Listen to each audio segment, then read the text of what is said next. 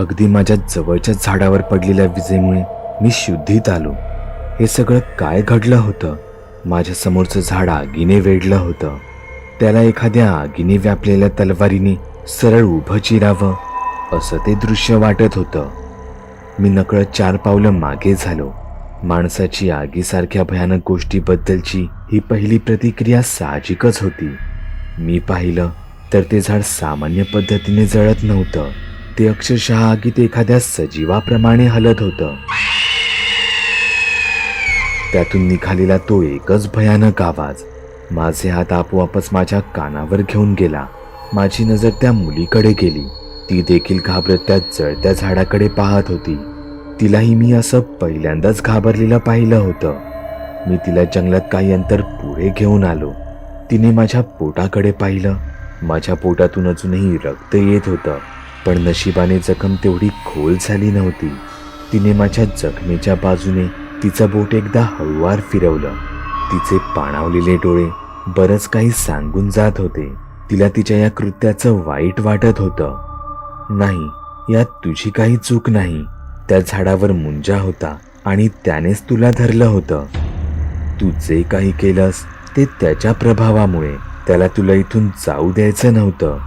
मी तिला समजावत असताना माझी नजर तिच्या गालावर गेली. त्यावर 4 बोटांचे निशाण उठले होते.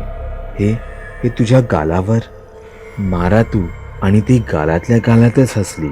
मांत्रिक, माझ्या शरीरातील मांत्रिक माझ्याकडून अजून काय काय करवून घेणार होता तो देवच जाणे.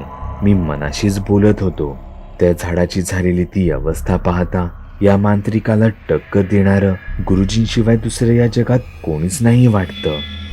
तिथे विशाल आणि नयन गाठोड्यावाल्या बाबांची समजूत घालत होते.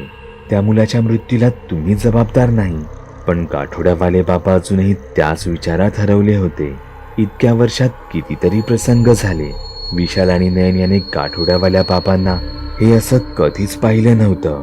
स्मशानात राहणारा माणूस त्याने त्याच्या आयुष्यात न जाणे कित्येक चिता त्याच्या डोळ्यांनी पाहिल्या होत्या, पण तो माणूस असा कधीच खचला नव्हता.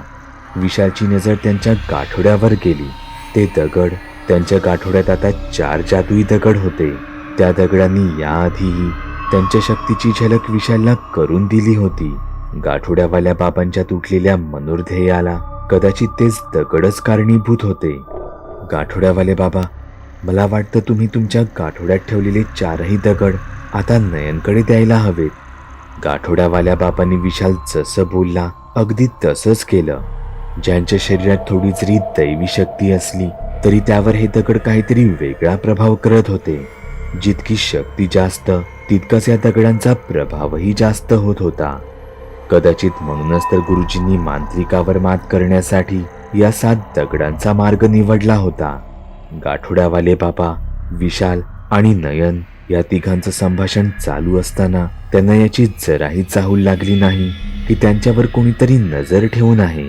मी जरा आलोच असं म्हणत विशाल एका झाडापाठी हलका होण्यासाठी गेला.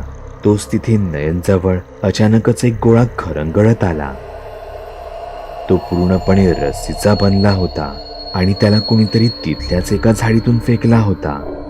विशाल, हे तू फेकलंस का? नयन तिथूनच विशालला म्हणाला. भेंडी, इथे मस्ती नको रे करूस. आधीच ही भूतं बघून माझी वाट लागलीये. तोच त्या गोळ्यातून प्रचंड धूर बाहेर येऊ लागला. तिथे विशालला नयनची हाक ऐकू आली खरी, पण तेवढ्यातच कोणीतरी विशालच्या डोक्यात कापड घातलं. एका हाताने त्याचं तोंड घट्ट आवळलं आणि त्याला फरफटत झाडीत घेऊन गेलं. विशाल हातपाय मारून स्वतःला त्याच्या तावडीतून सोडवण्याचा पूर्ण प्रयत्न करत होता, पण त्याचं दुर्दैव, तो यात सफल होऊ शकला नाही. विशाल, विशाल, हे सगळं काय चालू आहे? तू कुठे आहेस? भेंडी, तू काही बोलत का नाहीस? नयनला त्या धुरात काहीच दिसत नव्हतं. गाठोड्यावाले बाबा जागीच थांबून राहिले. त्यांनाही त्या धुरात काही दिसत नव्हतं. ते त्यांचे दोन्ही हात आजूबाजूला फिरवत हवेतल्या हवेतच चाच पडत राहिले. ते तिथूनच नयनला शांत करण्याचा त्यांच्या परीने प्रयत्न करत होते. नयन, तू आधी शांत राहा आणि मूर्खासारखा इथे तिथे फिरू नकोस. एकाच जागी राहा. विशाल इथेच कुठेतरी असेल. आपण मिळून त्याला शोधू, पण तू कुठे लांब जाऊ नकोस. तो धुराचा एक प्रकारचा सुतळी बॉम्ब होता. कोणीतरी माणसाने त्याला जाणीवपूर्वक टाकलेला. संपूर्ण मानवनिर्मित त्यात ना कोणती भूतप्रेत यांची अमानवी शक्ती दडली होती, ना कोणती दैवी शक्ती. ही नक्कीच कोणाची तरी चाल होती. पण कोणाची? कोण होतं जे असं त्यांच्या पाठून थेट जंगलात आलं होतं? आपल्या वाईट काळात केवळ स्वार्थीच माणसं आपल्या परिस्थितीचा फायदा घेतात असं नाही. काही वेळा काही अमानवी शक्तीही या प्रसंगाची मुद्दामून वाट पाहत असतात. माणूस खचला, घाबरला, अस्थिर झाला की काही अमानवी शक्ती त्याला त्यांच्या जाळ्यात ओढतात. तिथे पसरलेला धूर आणि त्यामुळे निर्माण झालेला गोंधळ हा संपूर्ण प्रसंग मानवनिर्मित जरी असला तरी त्यावर आता एका अमानवी शक्तीने ताबा घेतला होता. नयन, नयन, मी इथे आहे, मला वाचव नयन. विशालचा तो आवाज नयनने स्पष्ट ऐकला होता. नयन आपल्या मित्रासाठी काहीही करू शकत होता. त्याने कसलाही मागचा पुढचा विचार केला नाही आणि तो आवाजाच्या दिशेने पळत सुटला. विशाल, विशाल, तू कुठे आहेस विशाल? नयन त्या धुरातून बाहेर आला होता, पण त्याला याची जराही कल्पना नव्हती की तो एका चकव्यात अडकला होता. चकव्याचा अनुभव त्याने याही आधी फार पूर्वी घेतला होता. पण हा चकवा असतोच असा, जेव्हा तो आपल्याला लागतो तेव्हा कितीही अनुभवी व्यक्ती असला तरी त्याला याची तेव्हा जाणीव होत नाही, आणि जेव्हा जाणीव होते तेव्हा फार उशीर झालेला असतो. नयनही या चकव्याच्या सुरुवातीच्या टप्प्यात होता. तो आपल्या मित्रासाठी गाठोड्यावाल्या बाबांपासून फार लांब येऊन पोहोचला होता. नयनने त्याची नजर त्याच्या आजूबाजूला फिरवली. त्याच्या आसपासची सगळी झाडे ही त्याला एकसारखीच दिसत होती. तो ज्या रस्त्याने इथे आला होता तो मुळात कोणताच रस्ता किंवा कोणतीच पायवाट नव्हती. ती सामान्य जंगलातील दगडमातीची जमीन होती. तो कुठून आला होता आणि त्याला आता कुठे जायला हवं होतं त्याला काहीच माहीत नव्हतं. कोणी एवढं निष्काळजीपणे कसं वागू शकतं? परिस्थिती, या सगळ्याला त्यावेळेची परिस्थितीच कारणीभूत होती. नयनला माहीत होतं तो आता एका मोठ्या संकटात सापडला आहे. त्याला हेही माहीत होतं की इथे विशाल आसपास कुठेच नाही आहे, पण तरीही तो मनाच्या खात्रीसाठी विशालला हाका मारत होता. इतका वेळ मदतीसाठी साथ घालणारा विशालचा तो आवाज आता मात्र जाणीवपूर्वक बंद झाला होता. त्याऐवजी त्या जंगलातून भयानक हसण्याचा आवाज येत होता.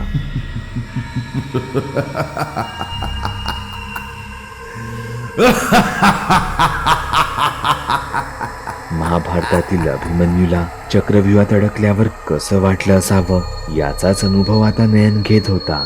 अख्खं जंगल त्यावर हसत होतं. नजर वर करताच सगळी झाडं त्याच्या भोवती गोल गोल खिरट्या घालत असल्याचा त्याला भास होऊ लागला.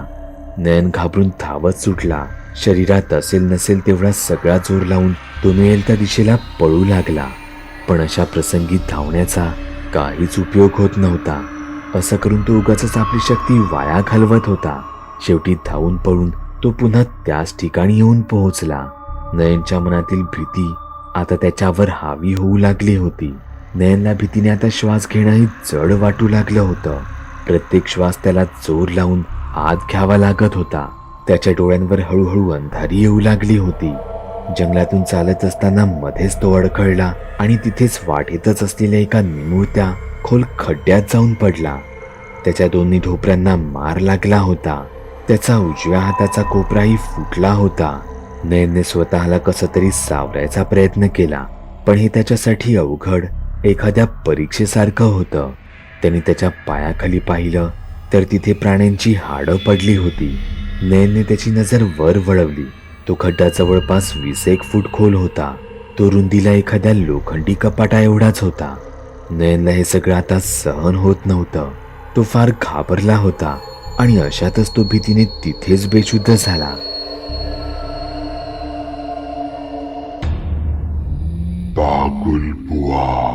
चॅनलवर अपलोड केलेल्या नवीन व्हिडिओची नोटिफिकेशन मिळवण्यासाठी चॅनल सबस्क्राईब करायला विसरू नका. व्हिडिओ आवडला तर आमच्या मेहनतीचा मोबदला म्हणून तो लाईक करून मित्रांसोबत जरूर शेअर करा. चॅनलवरचे इतर व्हिडिओ पाहण्यासाठी इथे क्लिक करा. तसेच चॅनलवरची प्लेलिस्टही चेक करा. दर दिवशी नवनवीन भूतांचे व्हिडिओ बनवून मी तुमचं मनोरंजन करत राहू याची खात्री बाळगा.